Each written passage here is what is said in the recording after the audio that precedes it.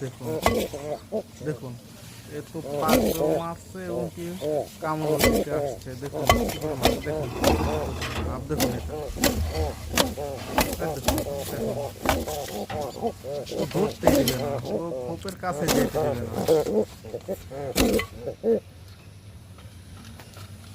ওর খোপের কাছেই যেতে দিবে না কাউকে।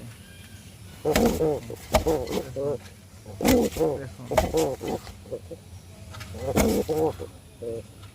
কি পরিমাণ রাগী।